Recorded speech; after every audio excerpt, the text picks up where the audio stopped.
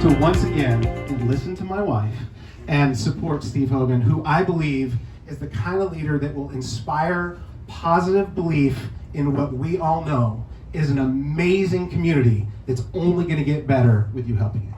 Steve. Thank you.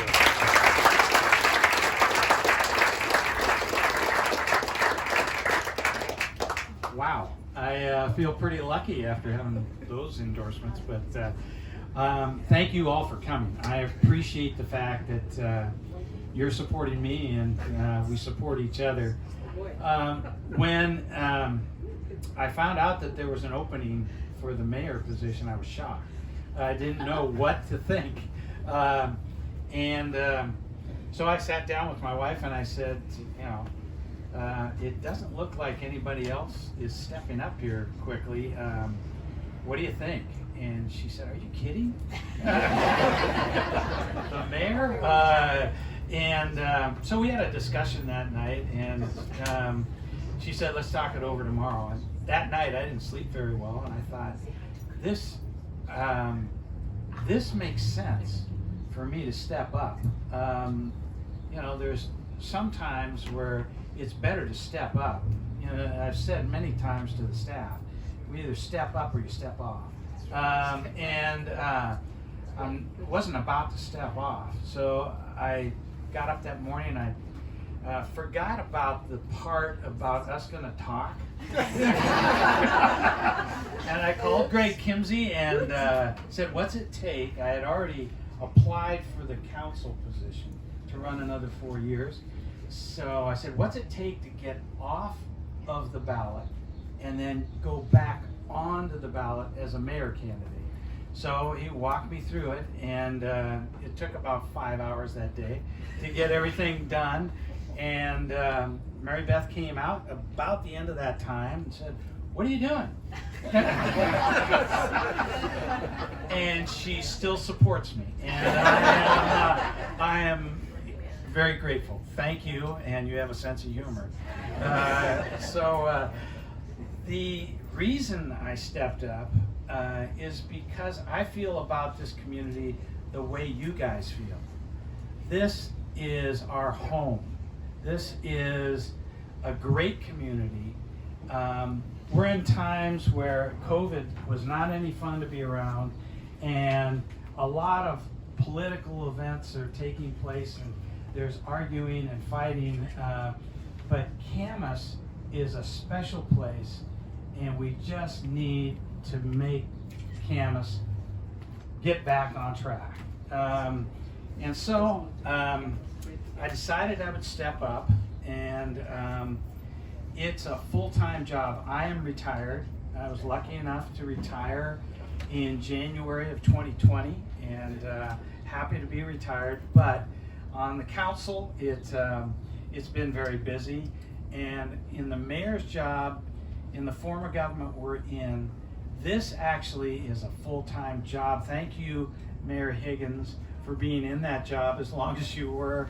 But it is not a part-time job, and I'm ready to do it, and it's a priority. So here are my priorities, as a matter of fact, and it's been touched on, but things that really make our community special to live in are a combination of the fact that it's just a great place to raise a family.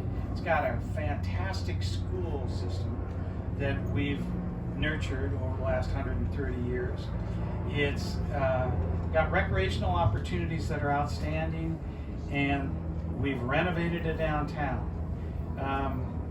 We've had great public safety histories, and up until recently, we've had very affordable housing.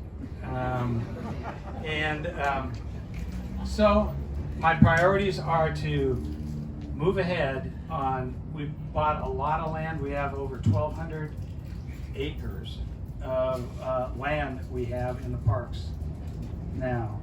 That's important that we come up with plans on how, over the next 20 years, we're going to use that so that the community can be right here in town. Just leave your house, walk, and get to parks and recreation adventures, we'll call it, for the whole family at any time. So we need to develop that plan, and right now we've got a park and recreation open space plan that we're running through, and many of you have put your input in, but we need to actually get the plan solidified so that we can tell when and where we're going to invest. In addition, the lake, we're in the process of cleaning that up. It'll only take like 20 or 30 years, but it will it make a difference for all the people in our community, that we make it safe, free from algae, and a better place to get out and just actually go swimming, which I don't know if my kids ever did. They were just afraid of that lake. Aside from that, the downtown is continuing to expand, and it's a great place to come and feel comfortable, have your kids spend time in the library or do some shopping downtown, but it's a great central gathering place for our community, and it needs to be nurtured. We can't ignore it, we can't reject it, we need to help it along so it improves as we grow as a community. Those are three of my top things. The police, the fire, and anybody else that's in public safety. In any way they're in public safety is a top priority.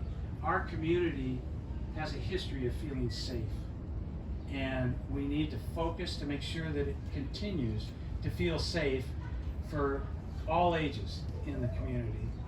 And I plan to focus on that, make a priority out of it. In terms of affordable housing, one of the things I want to work on is not gentrification. I don't want people who've lived here, raised their families, that are now on fixed income to be forced out of here because their taxes go through the roof. I want to find a solution with the council on how we can deal with it. Other cities have dealt with that. We should be able to come up with a good, workable way of protecting those people that have raised their families here and not force them out of the city. And communication is critical. I think that we've had bad communication coming out of City Hall in the last 3 years, and we need to turn that around, and that's a top priority. You have to be able to have questions about the city and figure out the answer in short order. So we either have to figure out how to get it to you, or we have to figure out how to easily make it available for you to find out what's going on, so you get your questions answered. When you don't get questions answered, it feeds right into this political divide that we have, and people start going down paths that really aren't the right path. So those are my priorities, and I want to thank you all again for your support, and I look forward to the opportunity of being mayor if that day ever comes, and I want to thank you again for coming. So am I turning this over to Doug? Okay, well thank you all, one and all, for being here, and Doug, back over to you.